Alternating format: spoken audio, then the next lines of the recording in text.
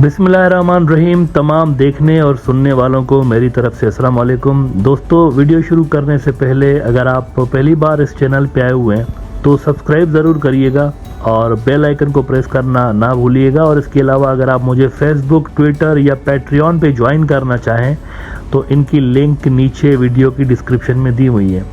और अगर आप मेरे लिखे हुए बुक्स पढ़ना चाहते हैं तो उसकी भी लिंक नीचे डिस्क्रिप्शन में मौजूद है। अमेरिका और इंडिया क्लोज स्ट्रेटेजिक पार्टनर्स हैं और इंडो पैसिफिक स्ट्रेटजी में दोनों के एक ही जैसे ऑब्जेक्टिव्स हैं, यानी कि दोनों इस रीजन को एक ही नज़र से देखते हैं। दोनों के शेयर्ड इंटरेस्ट हैं, शेयर्ड ऑब्जेक्टिव्स हैं, सारा कुछ एक जैसा है। लेकिन दुनिया के बहुत सारे ममालिक और बहुत सारे एक्सपर्ट्स ये देखकर हैरान ज़रूर हुए कि बांग्लादेश के मामले में दोनों अलग अलग क्यों हैं।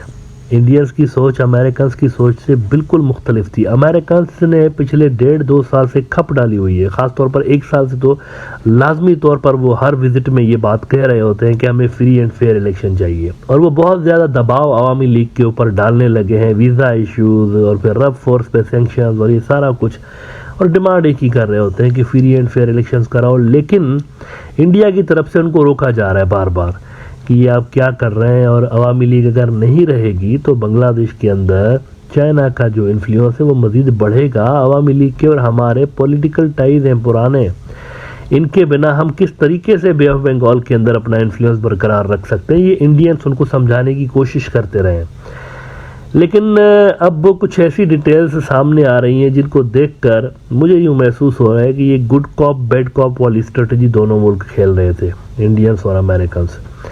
क्योंकि डिटेल्स काफ़ी सरप्राइजिंग आ रही हैं कि अवामी लीग को जो ऑप्शन दिए गए हैं ना वो क्या है, और अगर अवामी लीग उनको मान लेता है तो उसके रीजन पे क्या असरात होंगे। अपेरेंटली दोनों मुल्क किसी बात पे एग्री कर गए हैं, इंडियंस और अमेरिकन्स बांग्लादेश के हवाले से किसी बात पे एग्री कर गए हैं। और वो इस तरह एग्री कर गए हैं कि इंडिया बैक डाउन हुआ है अपने स्टांस से थोड़ा सा, और इंडियंस ने कहा है कि आपका ये जो स्टांस है ना कि फ्री एंड फेयर इलेक्शन होने चाहिए, इसको हम एक्सेप्ट करते हैं।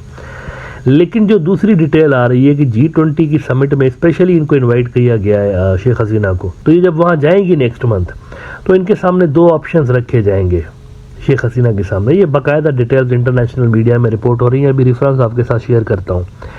ये जब वहाँ जाएंगे ना, इनको कहा जाएगा, इंडियंस भी कहेंगे अमेरिकन्स भी कहेंगे कि आपकी पार्टी के अंदर और आपके सिस्टम में भी जितने भी प्रो चाइना लोग हैं उनको साइडलाइन करें, प्रो चाइना बंदों को निकालें, आप साइडलाइन कर दें।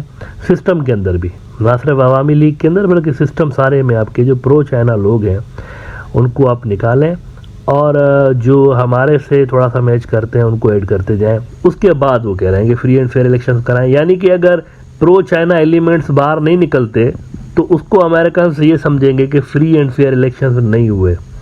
और इंडियंस ने भी यहाँ पर इस बात पे एग्री कर लिया हुआ है, और अवामी लीग को यही मैसेज अगले महीने मिलने वाला है।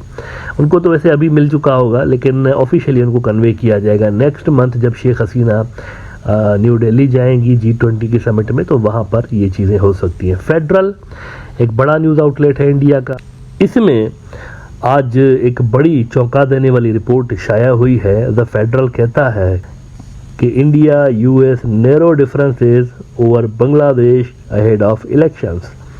Delhi has tried to impress on Washington that democracy in Bangladesh is possible only through free and fair elections। तो अमेरिका बेसिकली बड़ा गेम खेल रहा था, ऐसा लग रहा है। और ऑल द वे वो जो दबाव डाल रहे थे और इंडियंस ऑल द वे जो अवामी लीग को सपोर्ट कर रहे थे, वो गालिबन गुड कॉप बैड कॉप खेल रहे थे।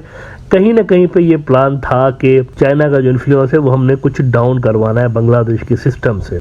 मजीद आगे द फेडरल लिखता है कि in a series of recent meetings between senior Indian and US officials the differences over Bangladesh that existed between the two allies have pared down। India has agreed to the US stand of putting absolutely priority on a free and fair parliamentary election due in January 2024। और वो जो मैंने बात की कि शेख हसीना के सामने 2 options रखे जाएंगे, इस हवाले से द फेडरल लिखता है कि ऑफिशियल्स से Bangladesh prime minister Sheikh Hasina will be giving 2 clear messages when she comes to Delhi next month to attend the G20 events। One, the next parliament polls in Bangladesh must be free and fair with an empowered election commission in full charge. 2 और असल में ये है, वो पहले वाला जो ऐसा ये लफाजी है.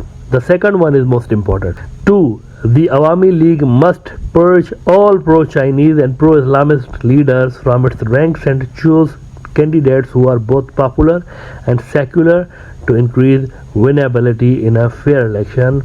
We cannot defend another flawed election in Bangladesh. A top US official on condition of anonymity said, India and the US have agreed unanimously that free and fair polls are a must to ensure that Bangladesh remains a functioning democracy and does not become a one-party state. That we both believe are crucial for Bangladesh to grow economically. तो मेरे ख्याल से अब इस इंकिशाफ के बाद दूध का दूध और पानी का पानी हो चुका है. ये जो सारी सख्तियां की जा रही थी, ये जो सारा अमेरिका की जानिब से दबाव डाला जा रहा था, वो बेसिकली इसलिए डाला जा रहा था कि चाइनीज़ जो असर है बांग्लादेशी सिस्टम में उसको रिमूव किया जाए और हर उस बंदे को सिस्टम से दूर किया जाए जो कि प्रो चाइना समझा जाता है या जिनके चाइना के साथ अच्छे रिलेशंस हैं, उनको हटाया जाए. उन लोगों को लाया जाए जिनके अमेरिका के, जो कि अमेरिका के गुड बुक्स में है या इंडिया के गुड बुक्स में है, उनको लाया जाए.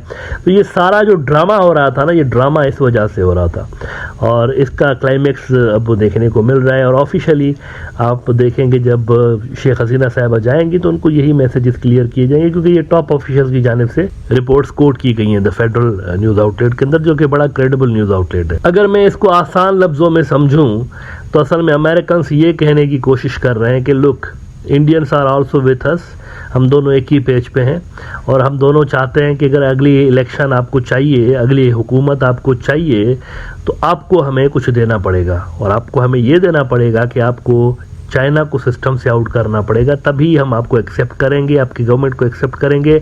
अदरवाइज़ अगर आप चाइना को आउट किए बिना और चाइनीज़ इन्फ्लुएंस को डाउन किए बिना इलेक्शन जीतेंगी तो फिर हम आपको एक्सेप्ट नहीं करेंगे. Now is it possible for Awami League to do so? China कोई छोटी फोर्स तो नहीं है ना, चाइना का इतना ज़्यादा इन्वेस्टमेंट है, चाइना की टेक्नोलॉजी की नीड है बांग्लादेश को, चाइनीज़ मिलिट्री असिस्टेंस की नीड है बांग्लादेश को, उनके ज़्यादातर हथियार मेड इन चाइना है, उनके स्पेयर पार्ट्स चाहिए.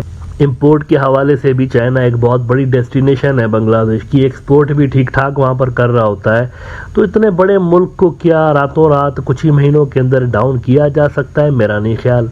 आई डोंट थिंक कि अवामी लीग चाह कर भी ऐसा कर सकती है. तो दूसरा ऑप्शन उनके लिए फिर ये होगा कि रेजिस्टेंस का सामना करें. अच्छा, ये जो जमात इस्लामी है इनके ऊपर भी तो बैन लगा. देखें, अवामी लीग की कुछ अपनी भी गलतियां हैं. पॉलिटिक्स के अंदर कभी भी किसी पॉलिटिकल पार्टी के दरवाजे बंद नहीं करने चाहिए. It's very bad president. Jamaat Islami को बैन लगाया गया. अब वो जो बैन हटाने के लिए एक अपील दायर की गई है, वो अपील होल्ड करके रखे हुए उन्होंने. बांग्लादेश की जो कोर्ट है उन्होंने होल्ड पे रखी हुई है. होल्ड पे इसलिए रखी है कि अगर वो इस वक्त उस अपील को रिजेक्ट करते हैं और जब जमात इस्लामी प्रोटेस्ट करेगी दोबारा तो हालात ख़राब होंगे. हालात ख़राब होंगे तो फिर फ्री एंड फेयर इलेक्शंस कैसे होंगे, उनके लिए मजीद प्रॉब्लम्स होंगे. लेकिन अवामी लीग बड़ी अजीब व गरीब पोजीशन में इस वक्त आ चुकी है. जो दो ऑप्शन रखे गए ना उनके सामने, फ्री एंड फेयर इलेक्शन करा हुआ तो खैर हो जाएगा सारा मसला. लेकिन ये जो दूसरा ऑप्शन है चाइना वाला, कि उसके जो प्रो चाइना एलिमेंट्स हैं ना उनको ज़रा आप इधर उधर कर दें, ये मेरे ख्याल से मानना इतना आसान होगा नहीं उनके लिए. अब देखते हैं कि अवामी लीग इस ऑफ़र के बदले में क्या रिस्पॉन्स करती है इंडियंस को और अमेरिकन्स को.